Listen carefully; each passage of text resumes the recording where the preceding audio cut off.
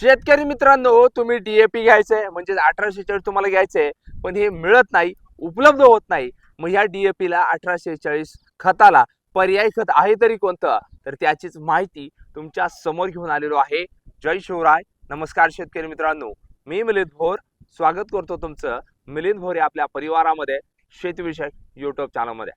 शेतकरी मित्रांनो, सध्या जे मार्केटमध्ये आपल्याला पाहायला मिळतंय की खतांचा तुटवडा निर्माण झालेला आहे आणि अशातच आपल्या पिकांना आपण डीएपी म्हणजे 1846 खत याची मागणी जास्त प्रमाणे करतो, पण आपल्याला हे उपलब्ध होत नाही. तसेच अन्यही काही खतं असतील जशी 14-14, 10-26-26 असेल, 20-20-0-13 असेल, ही देखील खतं आपल्याला उपलब्ध होत नाही. पण आजच्या ह्या व्हिडिओमध्ये सांगण्याचा मुख्य हेतू म्हणजे डीएपी म्हणजेच 1846 या खताला पर्यायी खत आहे तरी कोणतं, याची संपूर्ण माहिती सांगण्याचा प्रयत्न करतोय.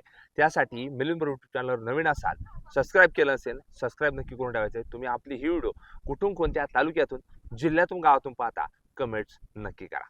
आता लक्षात घ्या शेतकरी मित्रांनो, डीएपी म्हणजेच 1846 यामध्ये घटक आहे तरी कोणता? तर यामध्ये 18% नायट्रोजन आणि 46% फॉस्फरस हा घटक बघायला मिळतो. तर यामध्ये पोटॅश आपल्याला 0% बघायला मिळतो.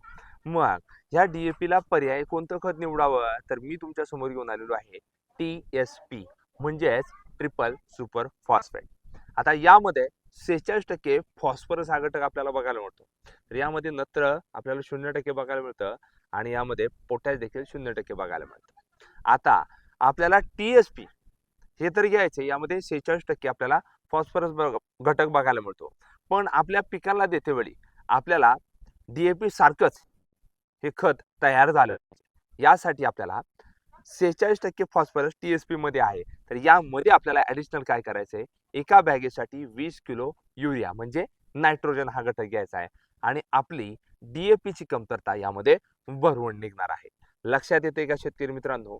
मार्केटमध्ये जो तुटवडा आपल्याला दाखवला जातोय किंवा सांगितला जातोय, तर यामुळे डीएपी आपल्याला मिळत नाहीये किंवा काही ठिकाणी मिळतही असेल तरी चांगली गोष्ट आहे. पण ज्या शेतकऱ्यांना डीएपी म्हणजेच 1846 खत मिळत नसेल, तर त्या प्रत्येक शेतकऱ्याने टीएसपी हे खत घ्यायचे. एका बॅगेसोबत आपल्याला 20 किलो नत्र म्हणजे युरिया यामध्ये भरून काढणं गरजेचं आहे, जेणेकरून आपल्या पिकांचं देखील भरघोस उत्पादन मिळणार आहे. ही जर आपली माहिती तुम्हाला आवडली, अजून देखील मिलिंद भोर युट्यूब चॅनलला सबस्क्राईब केलं नसेल ना, सबस्क्राईब नक्की करून ठेवायचे. समोरील घंटा ऑल ठेवण्याचा प्रयत्न करायचा आहे.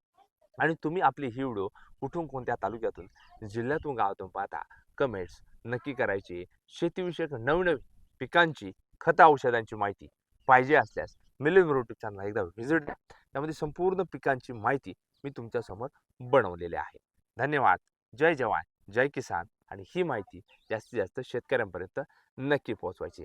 खाली जे शेअरचं बटन दिसत असेल यावर क्लिक करा. तुमचे मित्र, नातेवाईक मंडळी, व्हॉट्सअप ग्रुप, शेतीविषयक ग्रुप असेल यांच्यापर्यंत ही व्हिडिओ पोहोचवण्याचा नक्की प्रयत्न करा. धन्यवाद.